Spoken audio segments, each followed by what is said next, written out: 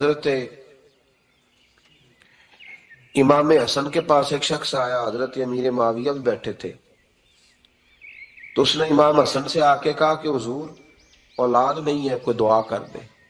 تو جو ہے میری بات پر اب بھی لوگ پیروں کے پاس آتے ہیں نا، ماشاءاللہ سے اللہ خیر فرمائے، تو پیر صاحب اگر وظیفہ بتائیں تو وظیفہ چونکہ پڑھنا پڑتا ہے وہ کام مشکل ہے، لہذا تعویذ تو پیروں نے بھی اب ماشاءاللہ بڑی ترقی کر لی، انہوں نے بھی تعویذ چھپوا کے رکھ لیے۔ کون لکھے اتنے تعویذ، جو کہ ہر مرید کو تو تعویذ چاہیے، انہوں نے نا جی تعویذ پکے چھپوا لیے، کچھ نے مورے بنوا لیے۔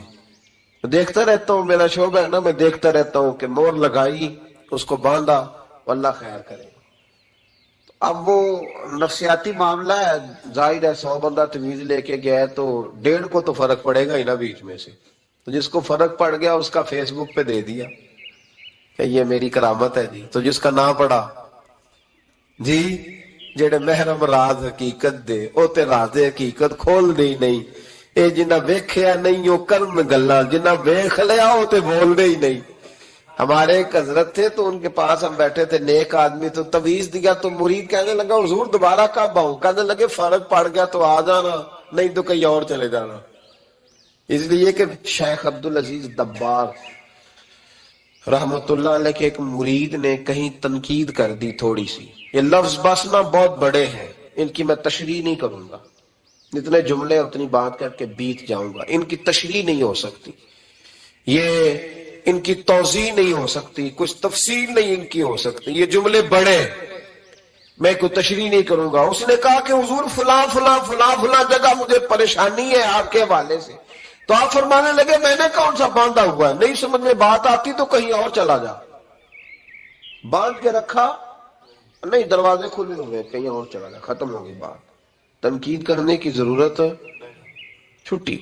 اس لیے کہ وہ لوگ بت نہیں بناتے تھے کہ بس ادھر ہی پوجا کرنی ہے کہ کہیں اور نہیں جانا، یہ چھوڑے ہے نا ہمارے چکر چلا ہوا، میرے علاوہ کہیں اور نہ جانا۔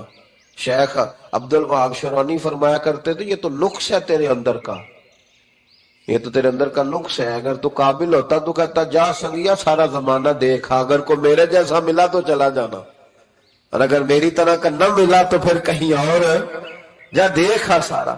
او بھائیو کیا چکر ہے، وظائف لوگ پوچھتے تھے تو ان پہ عمل کرتے تھے، وہ چیزیں فائدہ دیتی۔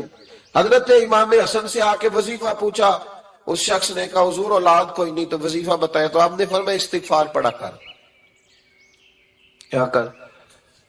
اس نے کہا ٹھیک ہے، تو حضور پھر میں دوبارہ کب آؤں؟ تو امام حسن کہنے لگے بے اولاد ہے نا تو، استغفار کا وظیفہ بتایا نہ؟ کہا ہاں۔ فرمانے لگے اب اس وقت آنا جب اللہ تجھے 10 بیٹے عطا کرے گا۔ کتنے؟ 2 4 نہیں، 10 ہی کہہ دیے۔ تو حضرت امیر معاویہ رضی اللہ تعالیٰ دیکھا، کہنے لگے حسن اتنا بڑا دعویٰ؟ آپ فرمانے لگے میں نے کہہ دیا نا تو اللہ فضل کرے گا، ہاں ہاں اللہ خیر کرے گا، خیر ہو جائے گی۔ وہ شخص کئی سالوں کے بعد آیا، کئی سالوں کے بعد، تو حضرت امیر معاویہ کو بھی ساتھ لایا، کہنے لگا حضور اللہ کے فضل سے اللہ نے 10 بیٹے عطا فرمائے، پورے 10 ہی اللہ نے دیے۔ تو حضرت امیر معاویہ کہنے لگے جناب بات تو آپ کی سچی ہو گئی، پر مجھے بھی بتائیے وظیفہ کہاں سے لیا؟ فرمانے لگے قرآن پاک سے، سورہ نوح کی 10 11 12 آیت پڑھو، اللہ فرماتے تم استغفار پڑھو، میں تمہاری بیٹوں سے بھی مدد کروں گا، مالوں سے بھی مدد کروں گا۔ تو میں نے استغفار بتائی تھی اور قرآن میرے اللہ کا ہے، رب کا وعدہ جھوٹا ہو سکتا؟ فرمایا 10 بیٹے ملنے تھے، میں نے کہہ جو دیا تھا۔ وہ میرے بھائیوں یاد رکھے استغفار اللہ کی رحمت نازل کرتا ہے۔ ایک ہوتا ہے خوف، ایک ہوتی ہے خشیت۔ خوف والے لوگ توبہ کرتے ہیں، خشیت والے استغفار کرتے ہیں۔ ایک ہوتا ہے خوف، ایک ہوتی ہے خشیت والے استغفار کرتے ہیں۔ نبی کریم علیہ السلام نے فرمایا میں دن میں 100 مرتبہ استغفار کرتا ہوں، دن میں۔ توبہ والا کہتا ہے کہ میں بھول گیا تھا مجھے معافی مل جائے، اور خشیت والا کہتا ہے میرا یار ناراض نہ ہو جائے، وہ استغفار ہی کرتا رہتا ہے، وہ معافی ماں۔ حضرت رومی نے مثال دی ہے، فرماتے ایک عورت تھی تو بھیک مانگا کرتی تھی، ایک دن بادشاہ کے دروازے پہ بھیک مانگنے گئی تو بادشاہ کو پسند آ گئی، اس نے نکاح کر لیا۔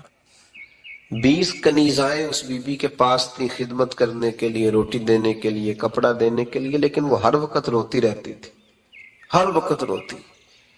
ایک سمجھدار کنیز کہنے لگی کہ ملکہ اب تیرا درجہ بہت بڑا ہے، تو ہر وقت روتی رہتی ہے، معافی مانگتی رہتی ہے ہر وقت، کون سی ایسی نعمت ہے جو تیرے پاس نہیں؟ تو وہ کہنے لگی اس لیے تو روتی ہوں۔ کیا مانا؟ کہنے لگی اس لیے روتی ہوں کہ میں اس قابل نہیں تھی جو مجھے مل گیا، کہیں میرے سر کا سائیں ناراض نہ ہو جائے، وہ کہیں بگڑ نہ جائے، مجھے پتا ہے کہ میں کیا تھی اور مجھے کہاں تک پہنچا دیا، میں روتی اس لیے ہوں کہ کبھی کہیں وہ ناراض۔ حضرت عمر اس لیے روتے تھے کہ کہیں مصطفیٰ ناراض نہ ہو جائے، حضرت ابو بکر اس لیے تڑپتے تھے کہ کہیں اللہ کا فضل روٹھ نہ جائے۔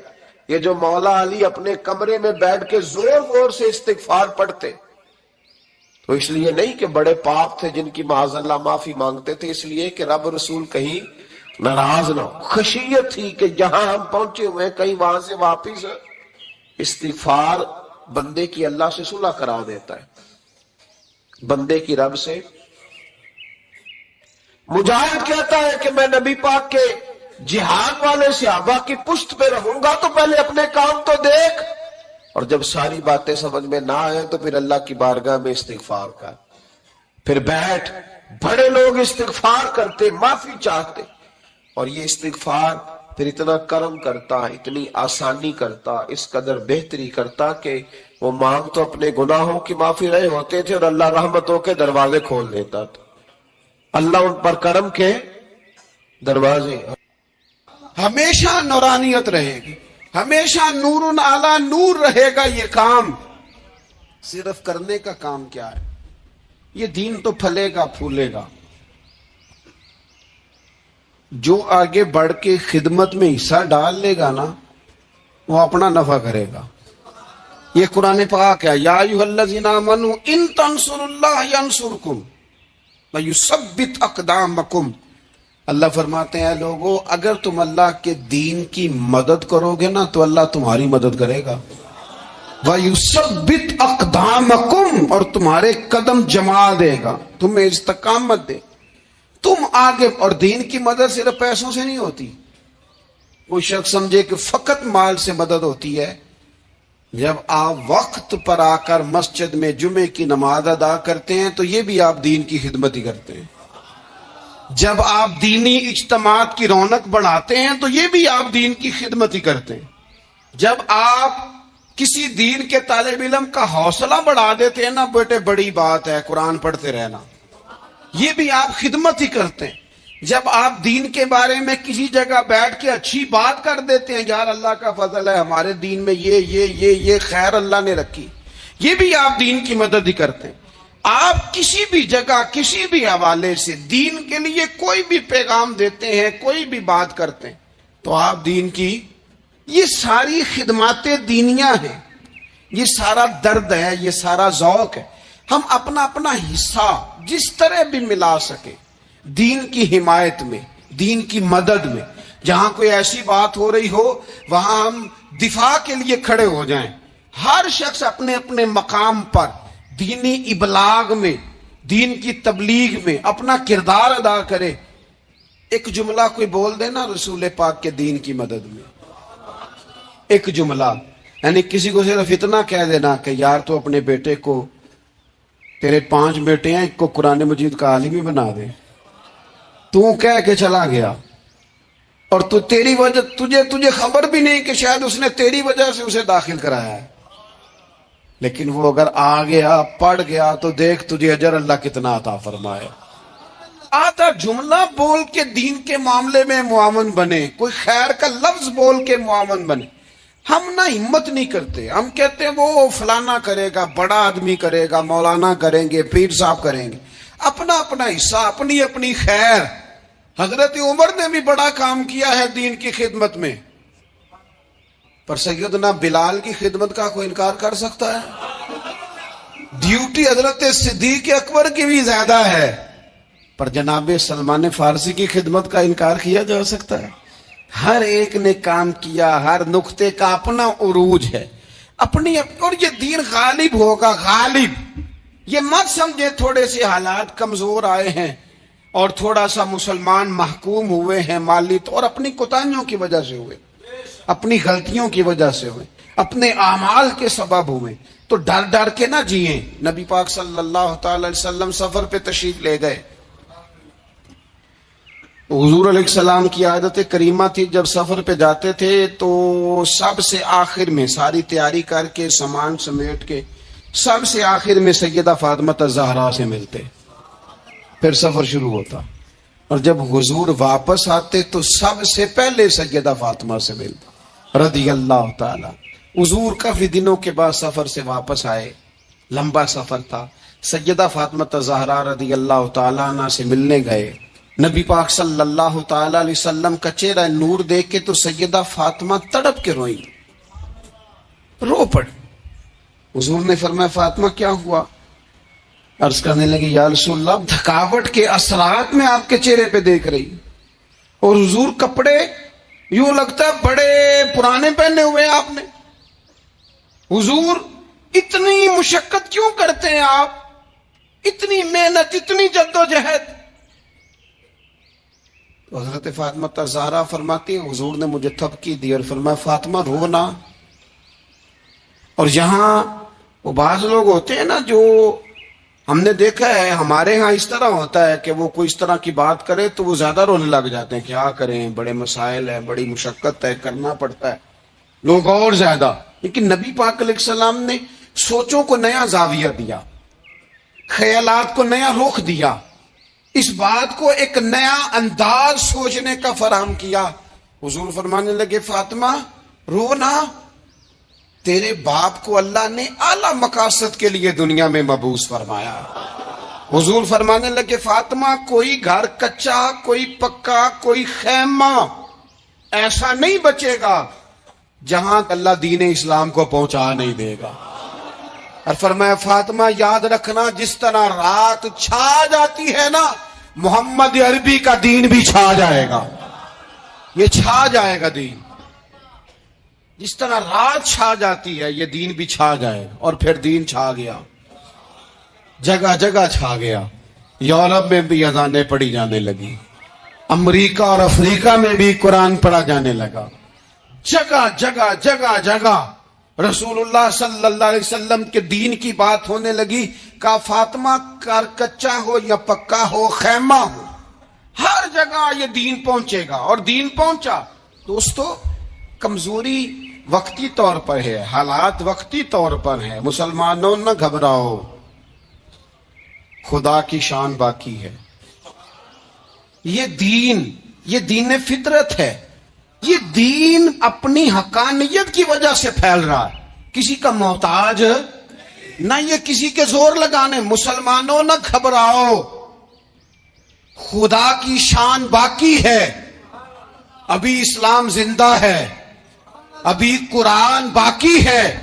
یہ کافر کیا سمجھتے ہیں جو ہم سے روز الجھتے ہیں, ابھی تو کربلا کا آخری میدان باقی ہے. بھی تو آخری میدان لگے گا میدان کربلا میں, اور فکر حسینی کے علم بردار میدان میں نکلیں گے, یزیدی سوچوں سے ٹکرائیں گے, اور بڑے سینے تیار ہیں جو اس کے لیے پوری جدوجہد کریں گے. ابھی تو کربلا کا آخری میدان باقی. اپنی زندگی کے اندر قوت ارادی پیدا کریں, کچھ کر لینے کی ٹھان اپنے مزاج میں پیدا کریں. کمزوری آ جاتی. عدی بن حاتم جو تھے نا, یہ حاتم تائی کے بیٹے تھے, بادشاہ کا بیٹا تھا, زمانہ بڑا دیکھا تھا, بڑے بڑے وزیروں مشیروں, ساری زندگی اعلیٰ سطحی وفود سے ملاقات ہوئی. عدی حضور کی بارگاہ میں آئے, مسند امام احمد بن حنبل میں موجود. تو اسلام پر ابھی غربت کا دور تھا, چند لوگ مسلمان ہوئے تھے. نبی پاک علیہ السلام نے فرمایا عدی کلمہ پڑھ لو. تو عدی کہنے لگے میں تو پہلے ہی ایک دین کا ماننے والا ہوں. حضور فرمانے لگے جس دین کے تم ماننے والے ہو اس دین کو میں تم سے زیادہ جانتا ہوں. حضور فرمانے لگے جس دین کے تم ماننے والے ہو اس میں کیا یہ لکھا ہے کہ مالک غنیمت کا چوتھا حصہ کھا جاؤ؟ کہنے لگے نہیں. تو فرمایا کھا کیوں جاتے ہو؟